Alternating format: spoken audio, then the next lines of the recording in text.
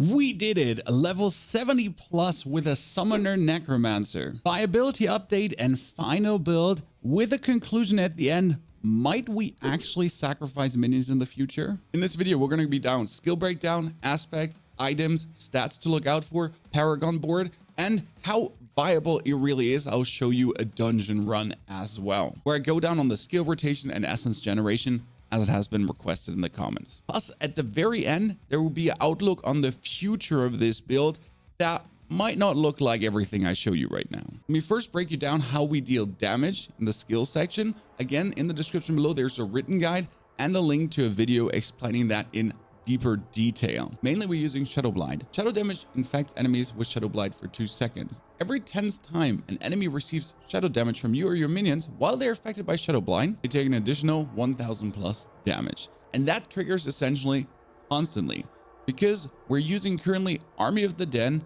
with Skeleton Mages as Shadow, doing a 5th bonus attack, Reapers to make corpses, and yes, we're using the Iron Golem with, behind me, the Vulnerable Slam to actually add Vulnerable and Stun to the build. Then we're getting more movement speed doing Shadow damage.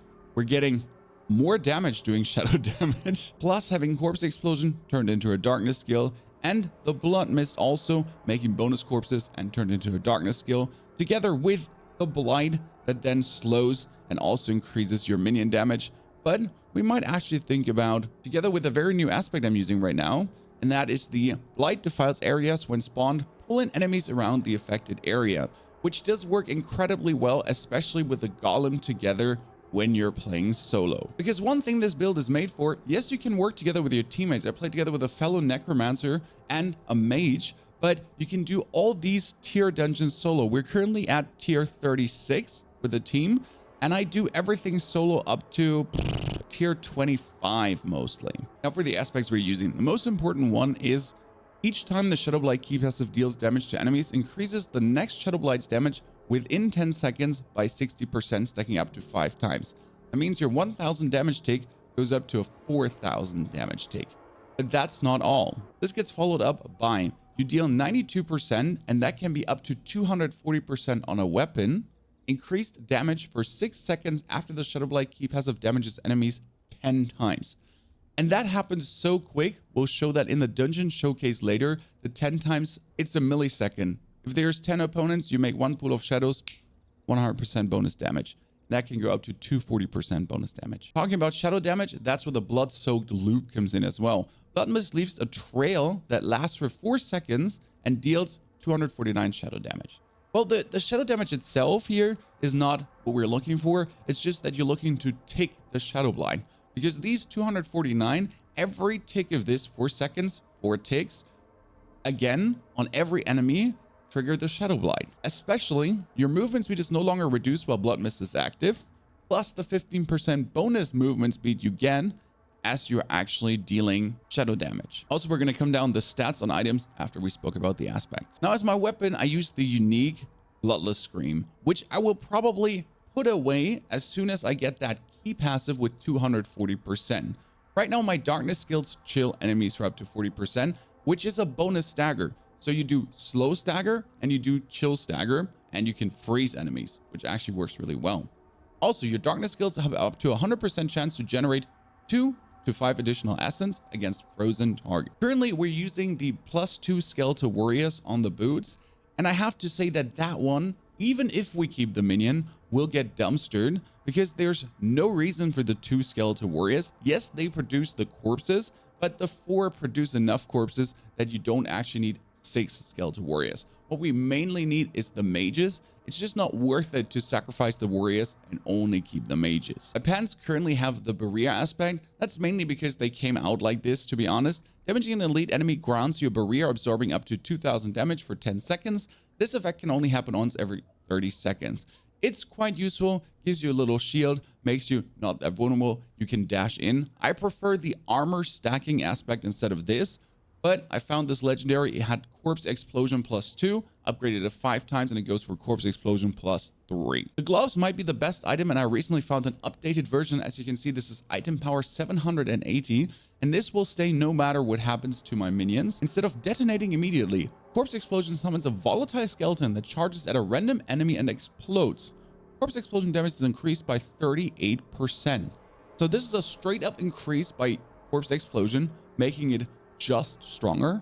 But Corpse Explosion also becomes a homing missile that flies into your opponents. So if the corpses are further away, and you'll see that more in the dungeon showcase, it works absolutely fine. This gets followed up by Blight's Defiled Area when spawn pulls in enemies around the affected area. We talked about it. It's super useful. Pulls everyone together, pools of blight around them, and then spawns even more shadow blight and gets them down faster. And for the helmet, we're currently having +2 in skeletal mages, which also might get done at the very end of the video for the future of the Summoner Shadowblind Necromancer. Now, what stats have I mostly been looking for? And that is actually shadow damage, overall damage, maximum life myself. This item, for example, has 10% total armor, 50% maximum minion life, which is super good, then 20% to darkness skill damage, and 15% damage overall. On the helmets, they receive willpower intelligence, so stats or all stats is extremely good, because if you go later into the Paragon nodes, you will need a lot of willpower, but also dexterity. As you can see, this needs 260 dexterity. This would need 260 as well to give you even more damage reduction. And if I'm not completely mistaken, my note here at least needed a basic of 160 for another 100 armor plus. So dexterity is kind of something you need, but it's not worth it to go for. That's why I'm looking for all stats. On this helmet, for example, I could reroll the fire resistance because it's useless for me. The only downside of the health from below is the lucky hit chance. Are both quite useless. I mean, corpse skill attack speed is corpse explosion. That actually makes corpse explosions attack speed faster, so you can spam them faster in a row. For the pants, I'm always looking for corpse explosion because if you upgrade the pants enough, it will always be +3 in corpse explosion, which is super good. Plus maximum life is insane. 7.4 damage reduction while fortified, and you're constantly fortified. Also very good. And then the life regeneration while not damaged recently, I usually reroll that, but it has proven in group play can be useful in higher level dungeons when you're the only one alive and you're dashing around, and you at least get a little bit of regeneration in. For the boots, the most important part for me has been +3 max evade charges. You can get +2, upgraded to 5, and you get +3. Then 15 on all stats, super good. Fortified generation gives you faster fortified, 10% damage reduction in general, and the amount of corpse you create is insane. Then huge movement speed buff and slow duration reduction. The slow duration reduction can be put off for something else, but the bonus movement speed is quite nice, especially with then Blood Mist not having the reduction of movement speed, plus the bonus movement speed you get general from darkness skills. For the amulet, it's resistance to all elements. Then I have overall damage reduction, which is kind of nice. We have +1 rank to the gloom passive, and that's interesting because the gloom passive is our shadow damage one. It does, when you damage enemies with darkness skills, they take 8% increased shadow damage, and that's usually 6%, but it can stack up to 3 times. So I was like, oh, another rank is 2% more, but that's 6% damage more in the grand scheme of things. So that works extremely well. And then also essence cost reduction works very good for your blight, so you're able to spam more blight. Plus 5.1 total dexterity is currently like a flat increase. I would prefer to have int or willpower there, but I didn't want to re-roll it and destroy this item. On the ring, I currently have damage to distant enemies, but I prefer damage to close enemies. Damage to slowed enemies works extremely well. What you have to understand is that there's damage buckets, and this is a lot of min-maxing, but you kind of want to separate your damages. So what you don't want to have is damage to slowed enemies and damage to another crowd controlled condition. So if the ring had now damage to slowed enemies and damage to frozen or chilled enemies, that wouldn't be so good. But damage to slowed enemies and damage to closed enemies are two complete different damage buckets. And then there's also a huge chunk of plus minion life. Now you would say with 40% minion life plus and also 45% minion life plus, the minions are going to survive very good, right? No, they won't. Still, what you really truly need, and what I don't have, is the Paragon board, and that would be the Cult Leader Paragon board. So you can essentially go for the damage reduction for your minions, damage reduction for your minions, and then essentially, end of the day, put in the Dead Razor glyph for Paragon nodes within range, gain 30% bonus to their minion damage and damage reduction modifiers, and then can get upgraded to 15 to actually have your minions take even less damage. Why am I not there? Because my main damage is Wither with the Paragon node here. But let's start at the beginning of the Paragon points. And here we're mostly focusing on willpower and intelligence, but we take every dex node available. You take the one rare node here for 20% bonus damage and 4% maximum life, and every rare node around for more damage and life. And then we straight up went for my first glyph, and that's the Scorch glyph, which gives me 20% shadow damage over time. And for every 5 willpower purchased within range, you deal 7.1% increased shadow damage over time. And as soon as this is 15, I can get this willpower node. I have this willpower node already, and I can get this willpower node as well. So there's a bunch of willpower nodes still in range to straight up increase my shadow damage over time. Then we obviously travel down here to also grab the resistance to all elements and maximum life, and also more maximum life and more maximum life, as we're going up here to get the 20% damage plus and the 200 armor, because that is a flat increase. It also has 10 intelligence. It does not hurt, as well as there's actually a chance to pick up dexterity nodes here later, as we need more dexterity up. But that is if you have an abundance of Paragon points. Press forward, we travel into the Wither board, and we first take our damage reduction from enemies that are affected by shadow damage over time. So that is here a total of 8% damage reduction, and you can increase that to 12% damage reductions to enemies that are essentially affected by what you do the whole time. As we're then going for Wither, your shadow damage over time has a 5% chance to deal 50 bonus damage each time they deal damage. But this is chance increased by 1% and 2.5% damage for each 50 willpower you have, as we have 335 willpower, and that will go up to 400 in the grand scheme of things. And 400 is quite nice in that regard, bringing that up to 13% and even more bonus damage. Now, after the Wither, we travel upwards past willpower intelligence nodes to get the Restorative for more potion healing and maximum life. It's actually for the maximum life mostly, but I have to admit that the potion healing ain't bad the later you go on. We have almost 6,000 HP, and the potion doesn't heal that much anymore, so it does really help. Afterwards, before you travel up, you go to the right, because this node gives you shadow damage over time and shadow damage, plus shadow damage over time, plus shadow damage over time, plus shadow damage. And then we go up to my favorite rare node. That would be willpower plus shadow damage, and then plus 40% at this point shadow damage and 20 intelligence.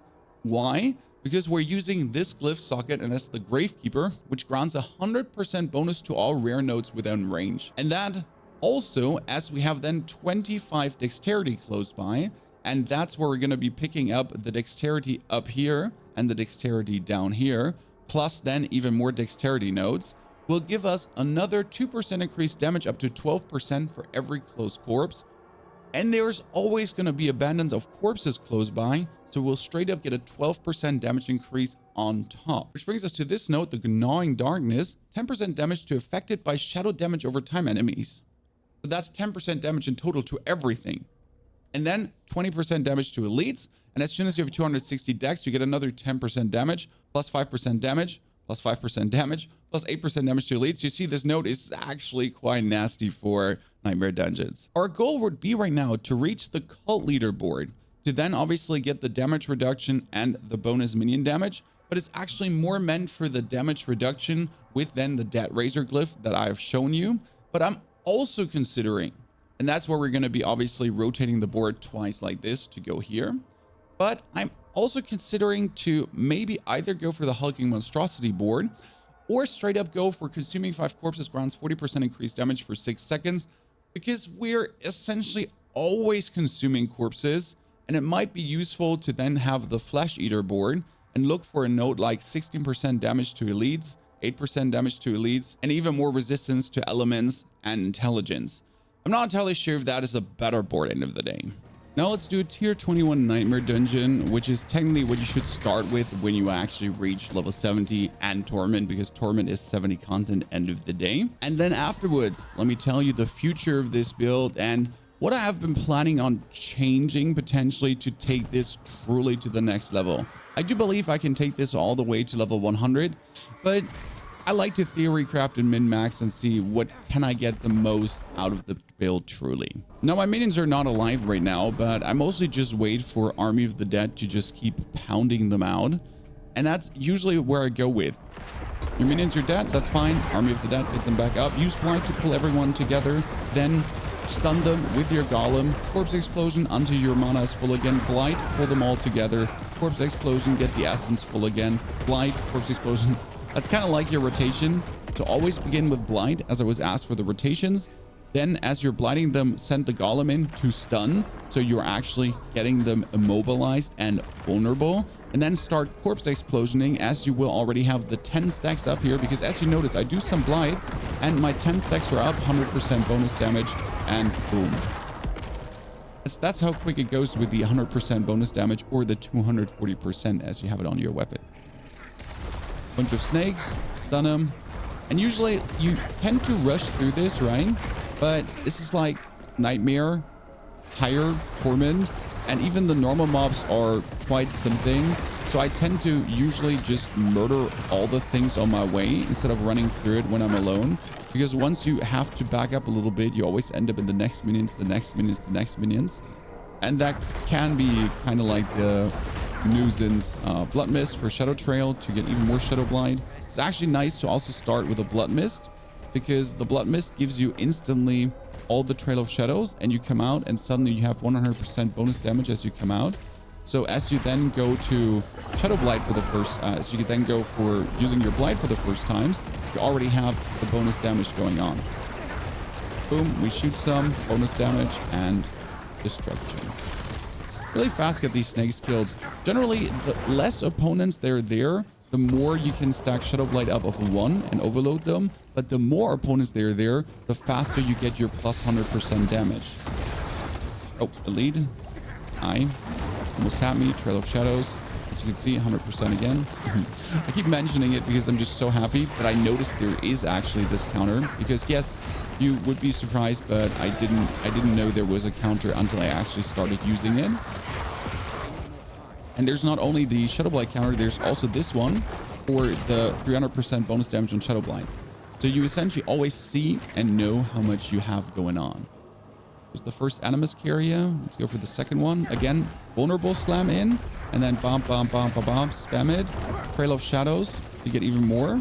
Then corpses. Then blind. And then even more corpses, and this is like the really good thing about, again, homing corpse explosion. It doesn't matter where your corpses essentially are, where they spawned. You can get them in from everywhere. Get them stunned again. Boom. Nice stun. God damn it, you're doing a lot of poison, little girl. This time my minions actually survived. Because if you're playing solos, your minion survivability is good. But if you're playing team content, that's truly where your minion survivability drops. I mean, for solos, you're good off. Your minions will be there for most... What is dealing damage to you? I wasn't here.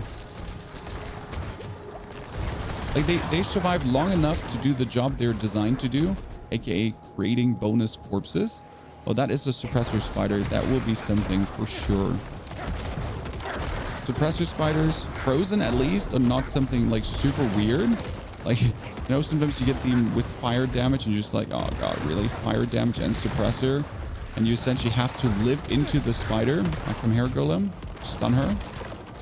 Thank you very much. And pop goes the weasel. Next stop. Even more elites. Are there builds that can clear faster? Yes, there are. I mean, this is out of question. We don't have to talk about that. Yes, the Bonemancer does clear extremely fast and it's super good build. But it's just not how I wish to play. I like to play with the corpses. I like to play with Shadow. I like to play with my minions. You know, it's just the greater joy of it. I mean, end of the day, play what you like to play. Go for the speed you like to go for. And yes, there's also a way to use Decrepify and Iron Maiden to get 40% shadow damage. But as we said, at the end of this presentation here, as we kill the boss and you learn how to truly play this in case you're new to all of this. And don't forget, there's a link in the description below with the 1 to 50 leveling.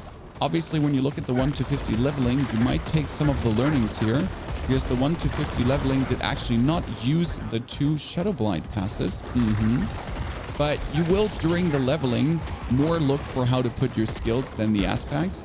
Because let's be realistic, I get my first aspect at level 42. Yeah? The first useful aspect. Oh, that's a cursed chest. Oh, I was wrong. Oh, shit. Oh, shit. That happens with these snakes. Oh, no. That happens with these snakes. They do this forward lunge and kind of bite into you. And when they have frozen or something, They forward lunge, bite into you, and well, then you just tend to die, actually. Last Animus Carrier. Come on, Golem. Oh, vulnerable. It's such a nice thing because you can send the Golem exactly in where you need him, but it's not only vulnerable, it's also stunned. And stunned is damage against stunned, hashtag crowd-controlled enemies.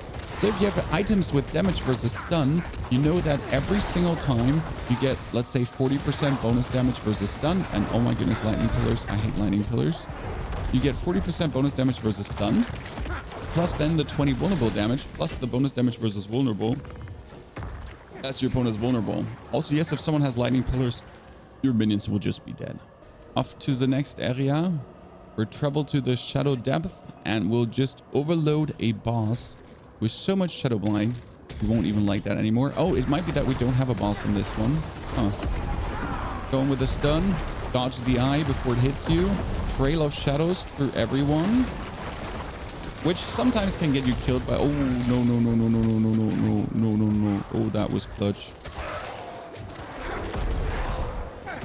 Making pools, and that's the funny part about ultra wide monitor.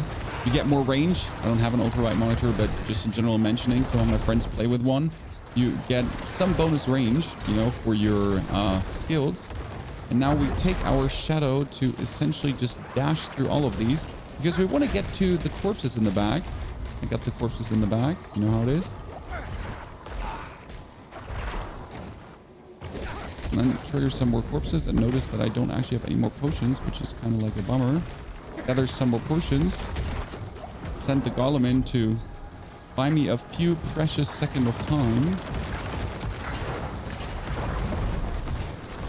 Get the last two elites rolled over. Now you can actually, as there's no minions alive, finally waste some corpses also to get your minions back if you feel like it. Because as you have the mages, you obviously overload people with shadow, because your mages do shadow, and every hit of shadow is a stack for Shadow Blind, and that gives you the shenanigans earlier. Stun Golem, Army of Darkness. Use Army of Darkness every single time you have it, and it's called Army of the Dead, but there's a very good movie from back in the days called Army of Darkness. It's part of my childhood, so excuse me if I call Army of the Dead Army of Darkness, but it kind of makes me giggle. I'm a simple man, Chad. Feel like giggle. Okay, ba-ba-bum. Blaster Wafer Shrine. If you have Blast Wave Shrine, you're just gonna absolutely... Oh, that's a cursed one. That was a mistake. If you have Blast Wave Shrine, you're absolutely going to just send it down south. And I guess use it to cleanse a cursed shrine.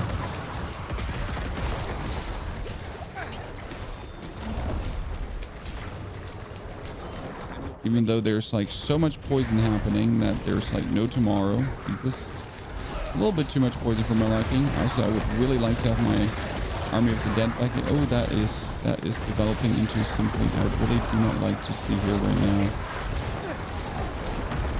Holy mackerel, I killed a little bit too many opponents, right? I mean, let's see how that works out if I just truly... Well, that's a Paragon point. Thank you. Let's see how that works out if I just absolutely overload all of the shitters with so much shadow.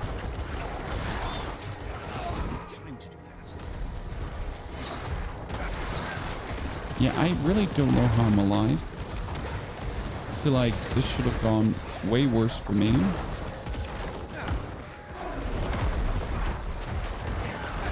But it didn't, which has me kind of happy. Now let's kill the last of you nerds. And again, all my corpses, wherever they are useful. That's why you need that unique. It's like I cannot stretch this enough. Unique is so useful because of that.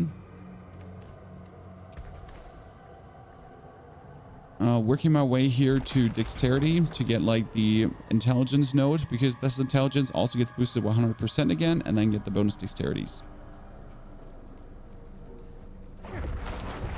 Luckily enough, we have our Army of the Dead back again. To start killing this stupid eye ward. And this time there's not a billion minions around it. I mean, last one of these had truly like 2 gazillion dudes around it. I mean, there's always obviously going to be coming that elite as you kill it. There you go. Here's the elite. But one puny snake elite, not an issue. Apart from if it's fire. Oh no, I lied. He's an issue. That was the bite I was talking about. For that, you truly want to keep Blood Mist active because, you know, you might get to the point where he just really wants to bite your ass and you don't want to get beaten. Oh, you were here the whole time just waiting? Oh, poor. But you were here all the time as well. Just, oh, that's unlucky for you, sir. But with Essence Generation, you truly should never have a problem. A cursed shrine and a cursed chest. I'm truly not living the life here right now. I mean, for loot perspective, this is actually really good. Okay. Oh no, he's lightning enchanted. You'll come to that point where you just dislike every single boss enchantment, right? You're just like, oh no, he's lightning. Oh no, he's terrifying. I figured out, by the way, that terrifying is the most annoying one in existence by now.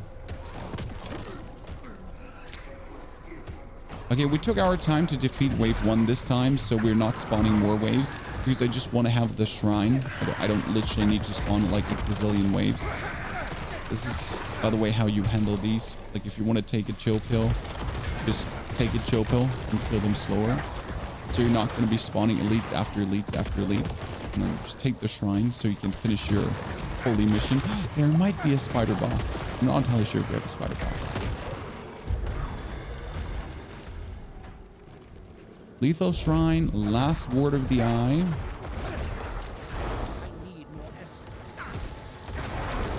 We need more essence. Make corpse explosion more corpses. Also, the interesting part is if you don't make corpse explosion, do corpse explosion, right? You actually leave corpses that you can also use for minion summons if you wanted it to. But I guess I'll probably be tacking it back in again. It was just like not happening right now. And that's the dungeon. Surprisingly. Tier 21, 10 minutes. Can do. And then we're going to be trying to get the Scorch up to 15 right now, because with 15 it gets a bigger range, and again it also gives us more shadow damage. Now, what is planned in the future with this build, and why am I talking about sacrificing the minions? I've been thinking about for a while now to get rid of the skeletal warriors for bonus shadow damage, to also abscond with the skeletal mages for bonus damage to vulnerable enemies or essence, because that would free up all these points and all of this and the skeletal masteries to tech into damage reduction and increasing the sacrifice bonus, to then swap to Bone Storm that also works around your golem, and use Decrepify instead of the skeleton summon with the Decrepify cooldown. Why is that? Because the Decrepify cooldown will make you a constant Bone Storm, and the Decrepify cooldown also works on your Iron Golem Slam, so you can do that more often. But that's not total. The Bone Storm has 3 amazing aspects. First, Bone Storm and Bloodwave are also darkness skills, deal shadow damage and gain additional effects. Enemies damaged by Bone Storm take shadow damage over 2 seconds. So you go in with a Bone Storm that's around your golem as well, and that makes shadow damage as well to trigger even more Shadow Blights constantly to get you the 100%, 240% bonus damage, and escalate everything even harder. Also, each time the Bone Storm damages an enemy, gain a barrier equal to 2 to 5% of your base life for 10 seconds.